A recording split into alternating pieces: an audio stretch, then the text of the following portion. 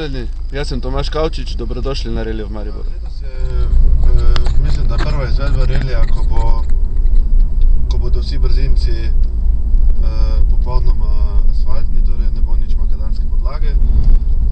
Čeprav je po mojem mnenju značilnost mariborskega relija, da so ovinki precej posekani in se zato na ovinkih nabere kar nekaj makadama, kar blazno otežuje hitro vožnjo oziroma izjemno hitro kaznuje napako voznika, če izbere napačno linijo.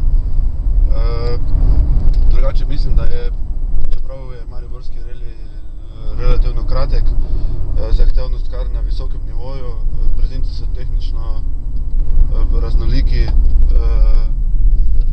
od voznika zahtevajo bolj ali manj 100% zbranost, dolgih ravnic, na katerih bi se lahko oddahnili, ni. In to dokazujejo tudi odstopi, ki jih je vsako leto skoraj polovica, čeprav si mi seveda tega ne želimo.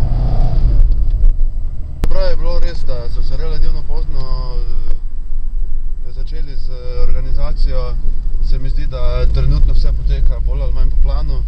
To pomeni, vse uradne vloge so oddane, čakamo na dovoljenja in ne pričakujemo nekih zapletov, predvsem zaradi tega, ker je relij bolj ali manj enak kot vsa leta in ljudje so že navajeni, konec koncev se že 7 let prenašajo ali pa uživajo v gledanju avtomobilov čez njihova dvorišča.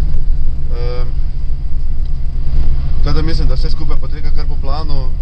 Je pa res, da je letos taka situacija, da nekih strašnih dodatnih zadev zraven relija, ki smo jih sicer imeli vsako leto, letos ne bomo delali. To pomeni, žal ne bo dobrodelne akcije,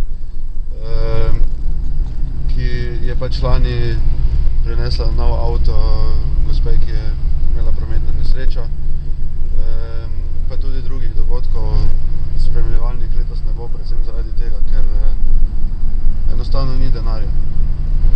Če vam čisto iskreno povem, sem se na vseh relijih v Mariboru počutil kot zmagovalec, zaradi tega, ker sem bil izdatno vpleten tudi v organizacijo relija in relij je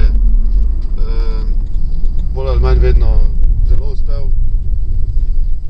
Z vozniškega stališča pa sem tudi bil zadovoljen sam s sabo, ker sem ravno zadnjič gledal statistiko na naši spletni strani in mislim, da imam 2-krat več brzincev osvojenih kot naslednji.